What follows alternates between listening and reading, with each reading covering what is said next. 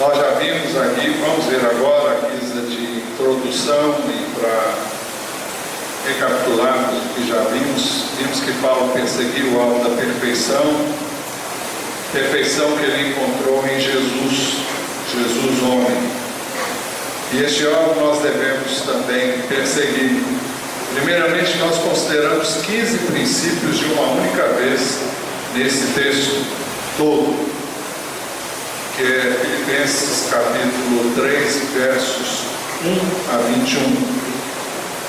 Depois disso, começamos a reconsiderar um após outro estes princípios. Já vimos os 4 primeiros e hoje não. Nós já vimos 5 primeiros e hoje nós queremos reconsiderar o 6º. Primeiro princípio: ao perseguir o alvo da perfeição em Cristo Jesus, alegre-se no Senhor. Segundo princípio que vimos: ao perseguir o alvo da perfeição em Cristo Jesus, cuidado com o que é falso. A decepção com o que é falso tem trazido desânimo e frustração. Muitas pessoas ouvem um evangelho falso, ouvem ensinos falsos e colocam a sua esperança no que é falso, se decepcionam e depois culpam dizendo que Deus não faz isso, Deus não é assim. Então, o problema não está em Deus, está no que ensinaram a esta pessoa ou a estas pessoas acerca de Deus. Então, se nós nos ativermos à palavra dele, nós nunca estaremos sendo decepcionados com o que é falso. Então, ao estabelecer um alvo, cuidado com as bases falsas. Terceiro princípio visto: ao perseguir o alvo da perfeição em Cristo, dependa de Cristo e não confie em si mesmo. Nós vimos que antes de ser cristão, Paulo perseguia a perfeição através do cumprimento da lei. Vimos também que Paulo perseguia o alvo correto. O erro de Paulo foi perseguir este alvo por esforço e disciplina próprios e por motivação errada ou por motivos errados. Ao se converter, Paulo descobriu que a justiça própria, a perfeição que ele pensava ter através da lei, era falsa. Ele jamais a alcançara e jamais a alcançaria. O quarto princípio é que ao perseguir o alvo da perfeição em Cristo, renuncia o orgulho e a glória pessoal.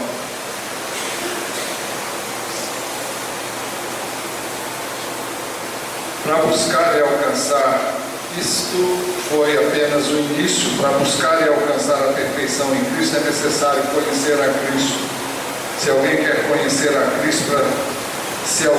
conhecer a Cristo para ser perfeito como ele foi, em quinto lugar, ao perseguir o alvo da perfeição em Cristo, não se acomode ao conhecimento que você já tem dele. E hoje nós vamos ver o 6º princípio. Ao perseguir o alvo da perfeição em Cristo, esteja consciente de não o ter alcançado. Estranho, né? Que você busque um alvo e é importante você saber que você não o alcançou. Por que é importante? O texto diz: não que eu já tenha obtido tudo isso ou tenha sido aperfeiçoado. Essa é a versão da NVI, mas os melhores textos dizem assim: não que já tenha alcançado ou que seja perfeito. Para que nós possamos continuar perseguindo o alvo, é preciso que entendamos que ainda não o alcançamos, mas não podemos parar de perseguir o alvo. Então é importante saber que ainda não chegamos lá, mas que devemos buscar alcançar esse alvo. Ele diz: não que já a tenha alcançado ou que seja perfeito. Paulo está se referindo a uma perfeição idêntica que teremos após a nossa ressurreição dentre os mortos, quando Jesus retornar. 1 de João 3,2 ele diz: amados, somos filhos de Deus e ainda não se manifestou o que havemos de ser. Mas sabemos que quando Ele se manifestar, seremos semelhantes a Ele, pois o veremos como Ele é. Então, um dia, quando nós ressuscitarmos, depois de termos passado pela morte, se Jesus não voltar antes disso, porque se Ele voltar antes disso, nossos corpos serão transformados e nós iremos juntamente com aqueles que já morreram e vão ressuscitar nesse mesmo dia, vamos subir juntos ao encontro do Senhor nos ares. Naquele dia, nós teremos um corpus à semelhança de Cristo. Por isso que Ele disse: amados, agora somos filhos de Deus, ainda não se manifestou o que havemos de ser. Nós conhecemos aquilo que nós somos nesse corpo, mas não conhecemos ainda o que havemos de ser. Mas sabemos que quando Ele se manifestar, quando Cristo voltar, seremos semelhantes a Ele, pois o veremos como Ele é. Paulo perseguia a perfeição que ele descobriu ali em Cristo Jesus. Por isso que ele diz nos versos 10 e 11: quero conhecer Cristo, o poder da sua ressurreição e a participação em seus sofrimentos, tornando-me como Ele em sua morte, para de alguma forma alcançar a ressurreição dentre os mortos. Foi esse texto sobre ele que nós ministramos no domingo passado. Paulo queria conhecer o poder que ressuscitou Jesus dentre os mortos, para viver uma vida perfeita, como viveu nosso Senhor Jesus aqui como um homem. Para conhecer este poder, ele precisava conhecer ainda mais a pessoa de Jesus Cristo. Por isso que descobrimos no texto que o conhecimento de Cristo nos leva a conhecer o poder da sua ressurreição. Por isso que ele diz: quero conhecer a Cristo, o poder da sua ressurreição. Não há como conhecer o poder da ressurreição sem conhecer o poder, sem conhecer a Cristo. Hoje de manhã eu preguei trouxe uma mensagem que me abençoou tanto, vocês não têm ideia. Fui abençoado quando preparei essa mensagem, quando a entreguei. Isso acontece sempre quando eu falo sobre Jesus. E eu estava pensando, que coisa tremenda. E às vezes a gente prega sobre tantos textos, mas o que eu e você precisamos, não só através das mensagens, mas através da nossa busca pessoal, da leitura diária da palavra de Deus, é conhecer a Cristo. Nós precisamos saber quem Ele é, como Ele era, como Ele vivia, como Ele falava, como Ele agia, os seus princípios, os seus ensinos. Ele é o nosso modelo. E quanto mais conhecemos de Cristo, mais haverá liberdade para o Espírito de Deus poder se manifestar em nós. Porque como eu posso refletir e manifestar a vida de Cristo se eu não o conheço? Muitos de nós têm uma imagem deformada de Deus. Muitas pessoas que não tiveram pais, ou tiveram pais que não foram como deveriam ser, que não agiram como deveriam agir. Então, imaginam que Deus, Pai, deveria, ou transformam Deus, ou colocam Deus como alguém semelhante àqueles que foram seus pais, ou alguém em que eles puseram a sua confiança e viram como espelhos e que falharam. Então nós precisamos conhecer Jesus, quem Ele foi, quem Ele era, o que Ele falou, o que Ele disse. Os evangelhos sinóticos, assim chamados, Mateus, Marcos e Lucas, falam sobre, todos eles falam sobre as coisas que Jesus fez. E esses três evangelhos falam muito pouco sobre o que Jesus disse. Mas o evangelho de João, ele descreve as coisas que Jesus fez, mas ele está muito mais preocupado. João, quando escreveu o evangelho dele, estava muito mais preocupado em mostrar aquilo que Jesus disse, aquilo que Jesus ensinou. E é um evangelho que realmente a mim me toca de uma forma muito especial, mais do que os outros. Não que os outros não sejam importantes, mas o evangelho de João, nele nós descobrimos facetas da vida de Jesus, o seu caráter, as suas palavras, o seu ensino, os seus sentimentos. É lá que nós vemos Jesus chorando. É lá que nós vemos Jesus realmente expressando todos os seus sentimentos de uma forma muito aberta, como só pôde captar o Evangelho, como só pôde captar aquele que viveu muito perto dele, que foi João, o apóstolo. Muito bem, o conhecimento de Cristo então nos leva a conhecer o poder da sua ressurreição. Quero conhecer Cristo, o poder da sua ressurreição, ele diz no verso 10. No domingo passado nós vimos, e vamos passar aqui novamente, que nós conhecemos o poder da ressurreição quando nascemos de novo pela fé em Jesus. Efésios 2, de 1 a 6 diz: vocês estavam mortos em suas transgressões e pecados, nos quais costumávamos viver, quando seguiam a presente ordem deste mundo e o príncipe do poder do ar, é uma referência ao diabo, o espírito que agora está atuando nos que vivem na desobediência. Anteriormente, todos nós também vivíamos entre eles, satisfazendo as vontades da nossa carne, seguindo os seus desejos e pensamentos, como os outros éramos por natureza merecedores da ira.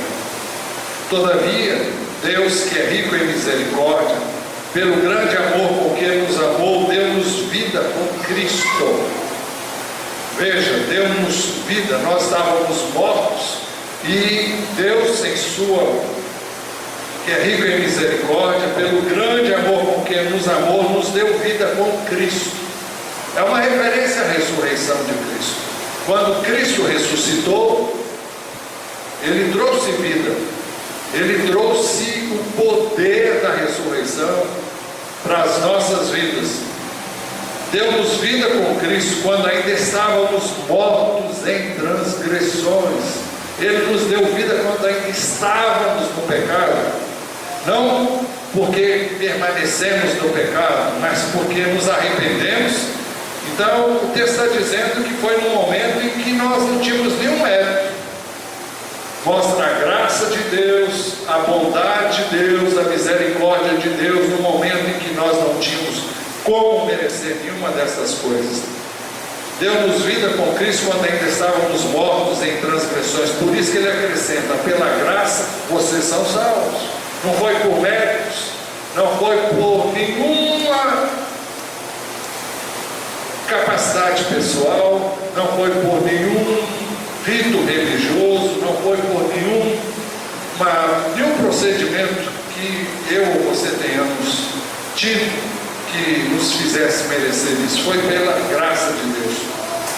E ele diz: Deus nos ressuscitou com Cristo, e com ele nos fez assentar nos lugares celestiais em Cristo Jesus.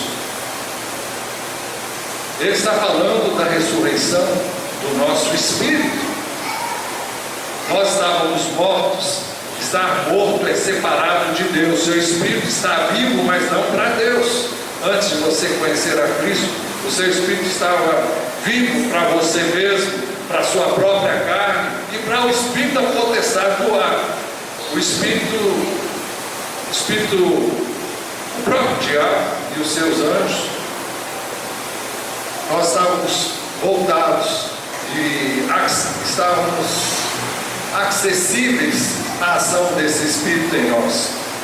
Mas quando nós encontramos Cristo, quando Cristo nos encontrou, quando Deus se revelou a nós através do seu Filho, Deus nos ressuscitou com Ele.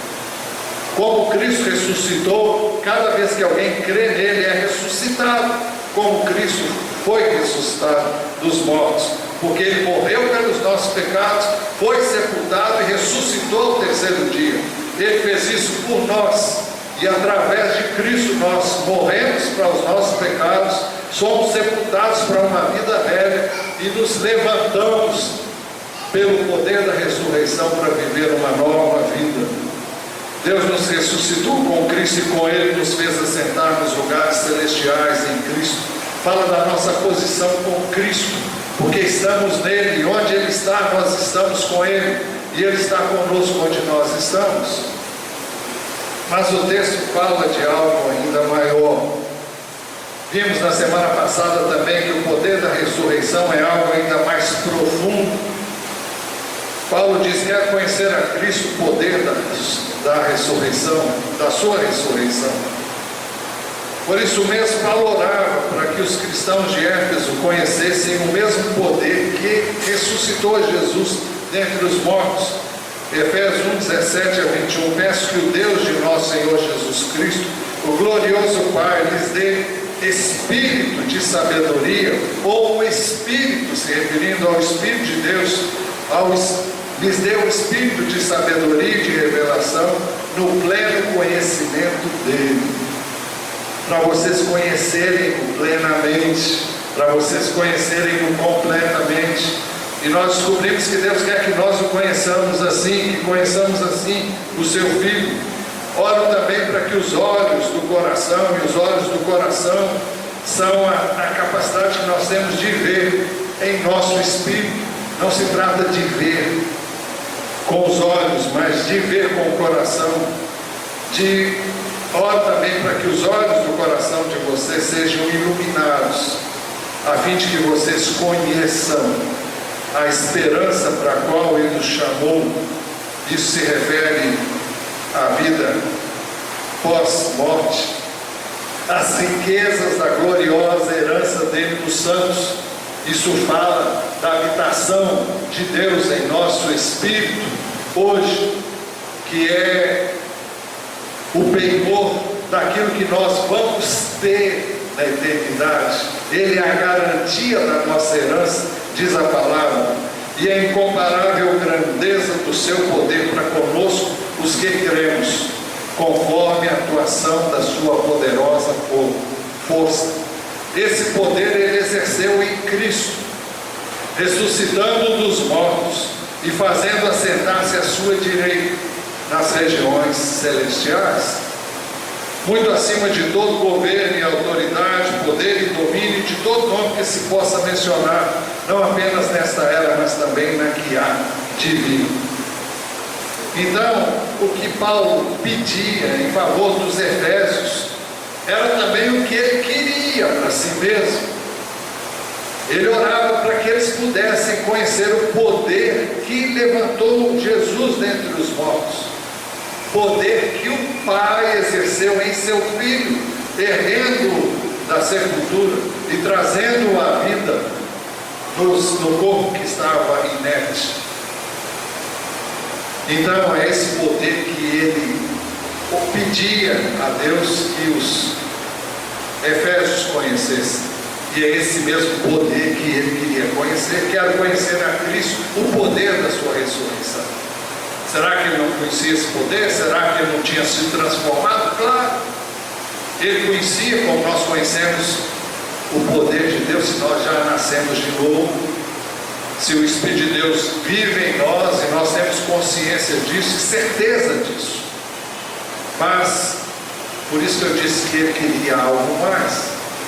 Ele queria conhecer mais a Cristo, ele queria se identificar mais com Ele, ele queria experimentar tudo aquilo que ele viu e descobriu através do relato, porque naquela época que Paulo viveu, não haviam as escrituras do Novo Testamento, só as do Velho Testamento, e o que ele conhecia de Cristo, ele conheceu através do relato daqueles que haviam estado com ele, e das pessoas que participaram daquele tempo e viveram as experiências dele com Cristo, até que isso veio a se tornar o que nós conhecemos hoje como o Novo Testamento.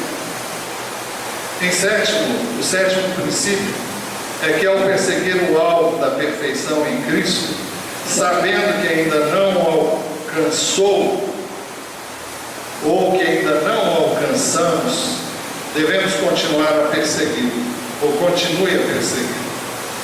Ele diz: não que já a tenha alcançado ou que seja perfeito, mas vou prosseguindo para ver se poderei alcançar aquilo para o que fui alcançado por Cristo. Essa é uma tradução dos melhores textos. Eu usei vários textos que não são da NVI, porque eles retratavam de forma mais clara o que nós queríamos trazer para os irmãos. Ele diz: não que já a tenha alcançado. O que? A ressurreição. Ou que seja perfeito. Eu ainda não ressuscitei, eu ainda não sou perfeito, eu ainda não experimento essa perfeição aqui, mas vou prosseguindo para ver se poderei alcançar aquilo para o que fui alcançado por Cristo. O que significa isso? Que nós fomos alcançados por Cristo para viver uma vida ressurreta aqui e no poder da ressurreição. O mesmo poder que ressuscitou a Jesus dentre os mortos e que nos deu vida, é nesse poder que Ele quer, e a palavra de Deus nos ensina a viver. Nós fomos alcançados para perseguir o alvo da perfeição. Esse foi o plano e o propósito de Deus desde o princípio da criação. Eu estava vendo um texto na Bíblia, encontrei em Gênesis 6:9, o exemplo de Noé. O texto diz: estas são as gerações de Noé.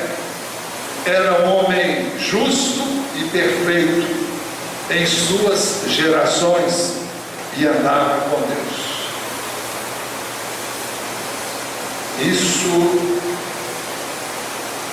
se reveste de um significado muito especial.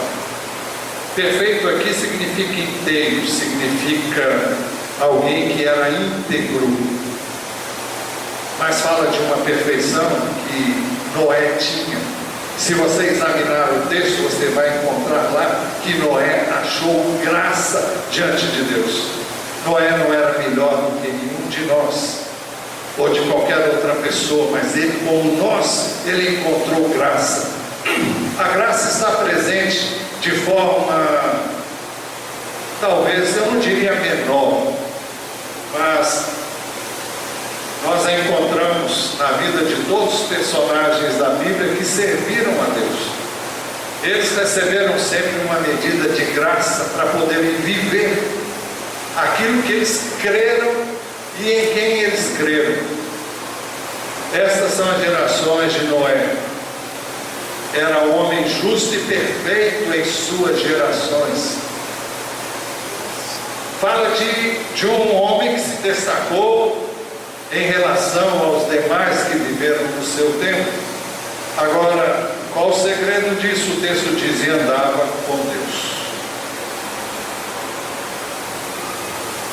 Estou me lembrando agora, embora não há nenhuma menção de perfeição, em Enoque, que andava com Deus, e Deus também não, Deus o tomou para si, e ele não experimentou a morte como os demais. Isso aí já é outra história. Mas eu estava vendo também na Bíblia o caso de Abraão. Um dos textos mais impressionantes nessa versão também é Gênesis 17:1. Diz assim: quando Abraão tinha 99 anos, apareceu-lhe o Senhor e lhe disse: eu sou o Deus Todo-Poderoso, anda na minha presença e sê perfeito. Os irmãos sabem que Abraão creu em Deus e isso lhe foi imputado por justiça. Ele viveu antes da lei, assim como também aconteceu com Noé, que viveu também antes da lei. Estes homens creram em Deus. confiaram nele, depositaram nele a sua confiança e foram salvos pela graça de Deus, também pela fé nele, porque creram nele, creram na sua palavra. Mas Deus chamou Noé, chamou Abraão para uma relação ainda mais íntima, quando ele estava com 99 anos. Deus chamou Abraão quando ele tinha 75 anos. São decorridos agora 24 anos. Abraão está com 99 anos. E ele chama Abraão para andar em perfeição. Anda na minha presença e ser perfeito.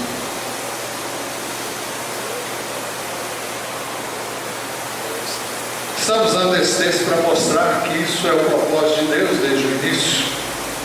Se nós não tivermos esse alvo, eu não sou, embora eu tenha que confessar que eu sempre fui meio perfeccionista,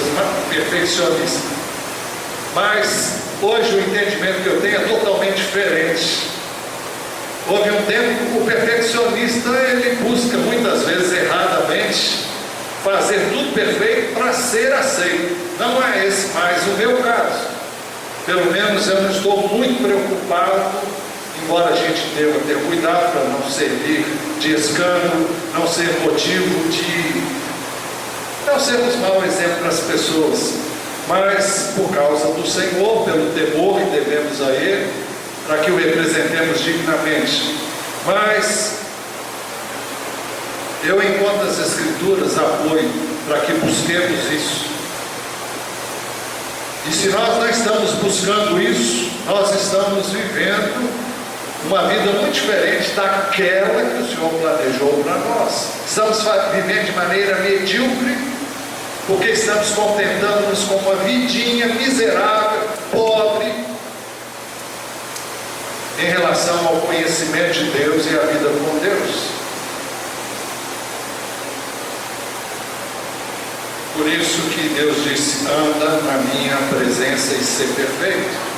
É o único meio que o homem tem de manifestar aquilo que é de Deus, é andando com Ele, aprendendo com Ele.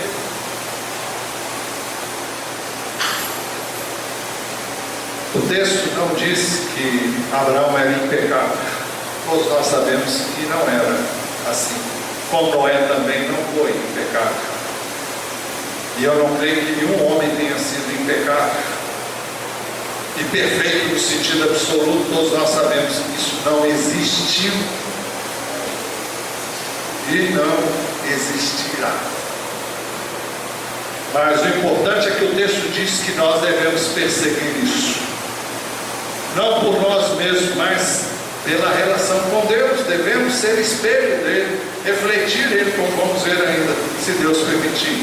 Provérbios fala que nós devemos caminhar até ser dia perfeito. O texto diz: mas a vereda dos justos é como a luz da aurora, que vai brilhando mais e mais até ser dia perfeito. Fala de um crescimento, de um amadurecimento, de uma luz que vai brilhando mais e mais. Nós não podemos ser hoje o mesmo que éramos o ano passado. Isso significa que nós paramos no tempo e no espaço. Nós temos que prosseguir, crescer na graça e no conhecimento de Deus e do seu Filho. Jesus ensinou que nós devemos buscar essa perfeição. Ele disse em Mateus 5,48: sejam perfeitos como perfeito é o Pai Celestial de vocês. Quem é que pode ser perfeito como é o Pai? Eu e você diremos: ninguém. No entanto, ele diz: sede perfeitos. Como é que a gente pode ser? Se nós vivermos no poder da ressurreição. Paulo, as Escrituras dizem que ele era imitador de Cristo. Ele mesmo diz: tornem-se meus imitadores, como eu o sou de Cristo. Ele buscava viver como Cristo viveu, andar como Cristo andou.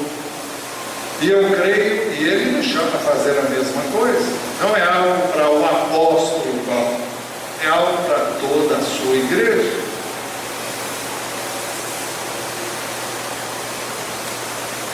O propósito de Deus é que nós sejamos transformados segundo a imagem de Cristo. 2 Coríntios 3:18 diz assim: e todos nós, com a face descoberta, contemplamos a glória do Senhor segundo a sua imagem. Estamos sendo transformados com glória cada vez maior, a qual vem do Senhor, que é o Espírito. O texto fala que nós contemplamos a glória do Senhor. E à medida em que contemplamos a glória do Senhor, na face de Cristo, na pessoa de Cristo, o texto de segundo a sua imagem, quando nós contemplamos a imagem de Cristo, eu não estou me referindo a um simulacro, a um ídolo, a nada nessa espécie. Estamos falando de a imagem de Cristo revelada nas Escrituras. Aquilo que as Escrituras retratam é o Senhor Jesus. À medida que estamos andando, estamos contemplando a glória dele, segundo a sua imagem revelada nas Escrituras, estamos sendo transformados com glória cada vez maior, a qual vem do Senhor, que é o Espírito.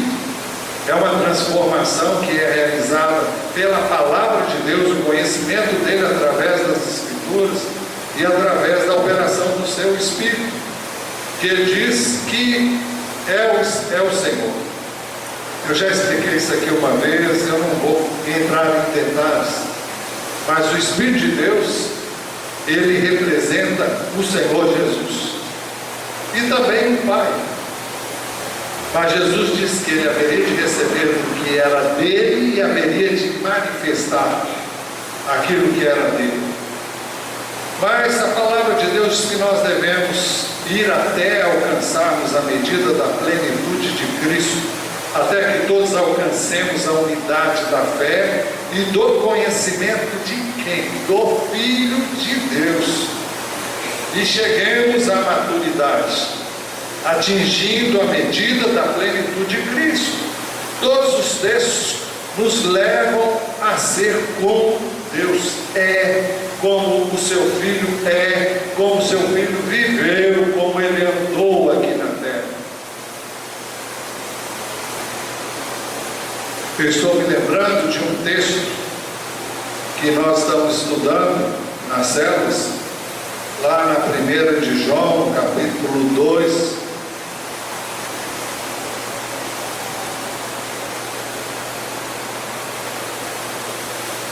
de João, capítulo 2,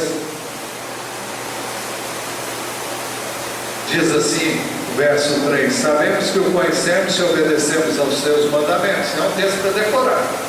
Aquele que diz eu o conheço, mas não obedece aos seus mandamentos, é mentiroso, e a verdade não está nele. O texto continua dizendo: mas se alguém obedece a sua palavra, nele verdadeiramente o amor de Deus está aperfeiçoado. Dessa forma sabemos que estamos nele. Aquele que afirma que permanece nele deve andar como ele andou. Esse é o parâmetro, esse é o alvo, esse é o objetivo. Nada menos do que isso é digno do Senhor, que deu a sua vida por nós, que derramou o seu sangue por nós. João diz ainda na primeira epístola, no capítulo 3, que quem espera a promessa de Deus purifica-se a si mesmo como ele é puro. A promessa do seu retorno e daquilo que vai acontecer quando ele retornar. Eu li parte do texto, vou ler um texto, mais um verso. Amados, agora somos filhos de Deus, ainda não se manifestou o que havemos de ser, mas sabemos que quando ele se manifestar, seremos semelhantes a ele, pois o veremos como ele é. Todo aquele que nele tem esta esperança, purifica-se a si mesmo como ele é puro. Se nós esperamos o retorno de Jesus, estamos aguardando para consumar todas as coisas que nos foram prometidas, por ocasião da sua vinda, nós devemos buscar uma vida pura, uma vida de santidade. E isso é uma constante. Purifica-se a si mesmo. Aquele que é sujo, suje-se ainda mais. Aquele que é santo, santifique-se ainda mais. O que mais que diz? Acho que é mais ou menos isso, lá em Apocalipse. 8º princípio. Ao perseguir o alvo da perfeição em Cristo, esqueça o que passou e olhe para frente. Ele diz: irmãos, não penso que eu mesmo já o tenha alcançado, mas ele fala do alvo. Irmãos, não penso que eu mesmo já o tenha alcançado, mas uma coisa faço, esquecendo-me das coisas que ficaram para trás e avançando para as que estão adiante, prossigo para o alvo. Voltando ao texto, ele sabia que ainda não tinha alcançado, mas uma coisa ele fazia, para ele prosseguir, ele se esquecia do que tinha passado. E esquecer do passado implica em você não levar em conta coisas que você viveu no passado, seus erros, suas falhas, coisas que não foram boas para você. Quantos de nós, se pudéssemos voltar atrás, evitaríamos muitas coisas que nós vivemos no passado? Eu creio que nenhum de nós pode dizer coisa diferente. De quantas coisas eu me arrependo de ter feito, e se eu pudesse voltar, eu não as faria, ou eu não quero fazer, eu não gostaria de viver aquilo novamente, jamais na minha vida. Paulo teve um passado triste. 1 Timóteo 1:12, 13. Aliás, vai mais um pouco adiante. Ali está 1:12. Ah, não, pode, é isso mesmo, é isso aí. Pode voltar, isso. Mas ali fala no 13, mas vai um pouco mais. Paulo, ele diz assim: dou graças a Cristo Jesus, nosso Senhor, que me deu forças e me considerou fiel, designando-me para o ministério. A mim, que anteriormente fui blasfemo, perseguidor e insolente, mas alcancei misericórdia, porque eu fiz por ignorância e na minha incredulidade. Contudo, a graça de nosso Senhor transbordou sobre mim com fé e o amor que estão em Cristo Jesus. Esta afirmação é fiel e digna de toda aceitação. Cristo Jesus veio ao mundo para salvar os pecadores, dos quais eu sou o pior. Será que você acha que algum dia você foi legal? Se você acha, você ainda não se converteu. Eu acho que todo que tem um encontro com Cristo não gosta do que viveu no passado. Por isso Paulo pôde dizer aqui: dos quais eu sou o pior. Eu não sei de você, mas eu me envergonho de coisas que eu já fiz, como já disse. E ele se considerava o pior dos pecadores, porque ele tinha, além de tudo que ele fez, ele perseguiu a igreja do Senhor. Mas por isso mesmo alcancei misericórdia, para que em mim, o pior dos pecadores, Cristo Jesus demonstrasse toda a grandeza da sua paciência, usando-me como um exemplo para aqueles que haveriam de crer para a vida eterna. Paulo não olhava para os seus erros, mas por que ele cita aqui? Porque ele estava exaltando a misericórdia e a graça de Deus, que encontrou um cara como ele. Se o encontrou e se o salvou, pode salvar qualquer um. Ele diz que era o pior, se considerava o pior dos pecadores. Os erros do passado não impediam Paulo de prosseguir o alvo da perfeição em Cristo. Aquilo que você fez de errado não deve impedir você de prosseguir e buscar o que é certo e o que é direito. O texto diz: irmãos, não penso que eu mesmo já o tenha alcançado, mas uma coisa faço, esquecendo-me das coisas que ficam para trás e avançando para as que estão adiante, prossigo para o alvo. Eu ainda não cheguei lá, mas eu quero chegar. Nono princípio: ao perseguir o alvo da perfeição em Cristo, persigam no propósito de alcançá-lo. Prossigo para o alvo. Não tem nenhum sentido a gente buscar alcançar o alvo. Eu vou tentar, né? Eu vou, quem sabe? Não, eu vou perseguir esse alvo para alcançá-lo, ainda que eu saiba no meu íntimo que em vida eu não vou alcançá-lo. Mas que tipo, então, o que é que eu estou pregando aqui? Eu creio que nós devemos nos mirar em Cristo, buscar nele uma perfeição que só encontramos nele, e só pode ser vivida por meio dele, através dele e dele. O homem não tem mérito. Então todas as vezes que a vida dele se manifestar em mim, é ele. Eu não tenho do que me ufanar, não tenho do que me gloriar. Na vida cristã, tudo que eu e você fizermos de bom, se foi bom mesmo, foi feito nele. Se foi feito em nós, não tem nenhum valor diante de Deus. Ele não planejou que eu e você vivêssemos por nossa conta, mas para que vivêssemos por meio dele.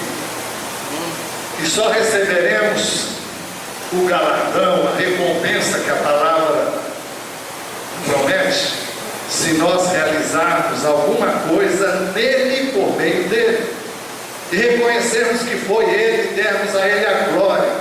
Por isso nós temos que andarmos, temos que andar humildemente diante de Deus, porque não há nada que qualquer um de nós faça que nos permita gloriarmos.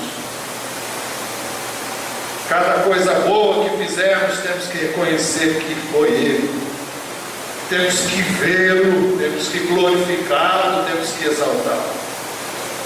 Então, mesmo que eu ainda não tenha essa perfeição, mesmo sabendo que eu não vou ter não vou ter nessa vida, eu devo continuar perseguindo. Parece uma coisa de doido, mas não é uma coisa de doido, é uma coisa muito clara. O meu propósito é andar com Cristo, é viver com Ele, é viver por meio dele o tempo todo. Esse alvo eu não posso deixar de perseguir o tempo todo. Nós fomos chamados para alcançar o alvo da perfeição por meio de Cristo e para Cristo. Efésios 5, 25 e 27 fala da igreja do Senhor e diz assim: Cristo amou a igreja e entregou-se por ela para santificá-la. Isso ele fez através do seu sacrifício e o faz diariamente através do seu Espírito, tendo-a purificado pelo lavar da água mediante a palavra. A água é uma figura do batismo, mas é uma figura também da palavra de Deus. A palavra de Deus lava, limpa o homem do pecado à medida em que nós a conhecemos.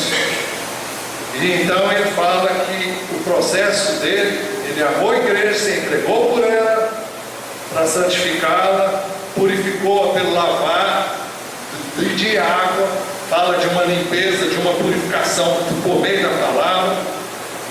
E o texto diz: para apresentar a si mesmo como igreja gloriosa, sem mancha, nem ruga ou coisa semelhante, mas santa e inculpável. Sabemos que isso nós alcançamos nele, através da sua obra redentora, mas esse também é o alvo dele para nós. Estou me lembrando aqui da primeira de Pedro, e ele diz isso exatamente aqui.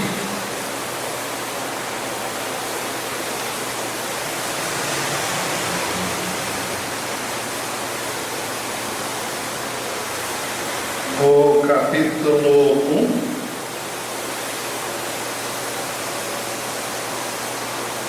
versículo 14: como filhos obedientes, não se deixem amoldar pelos maus desejos de outrora, quando viviam na ignorância, mas assim como é santo aquele que os chamou, sejam santos. Vocês também em tudo que fizerem, pois está escrito: sejam santos, porque eu sou santo. Uma vez que você chama o Pai, aquele que julga imparcialmente as obras de cada um, portem-se com temor durante a jornada terrena de vocês, pois você sabe que não foi por meio de coisas perecíveis como prata ou ouro que vocês foram redimidos de sua maneira vazia de viver, transmitida por seus antepassados, mas pelo precioso sangue de Cristo, como de um cordeiro sem mácula e sem defeito, conhecido antes da criação do mundo, revelado nesses últimos tempos em favor de vocês. Bom, então este é o alvo de Cristo para a sua igreja. Perseguir este alvo nos levará a ganhar o prêmio do chamado celestial. Prossigo para o alvo a fim de ganhar o prêmio do chamado celestial de Deus em Cristo Jesus. Qual é esse prêmio? Pedro fala do prêmio de uma herança que jamais poderá perecer. E com isso eu termino a mensagem. 1 Pedro 1, verso 3. Ele diz assim: bendito seja o Deus e Pai de nosso Senhor Jesus Cristo, conforme a sua grande misericórdia, Ele nos regenerou para uma esperança viva, por meio da ressurreição de Jesus Cristo dentre os mortos.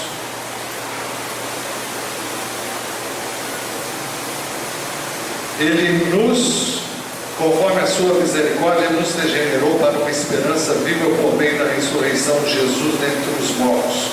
E agora ele fala: para uma herança que jamais poderá perecer. O prêmio é uma herança que não vai perecer.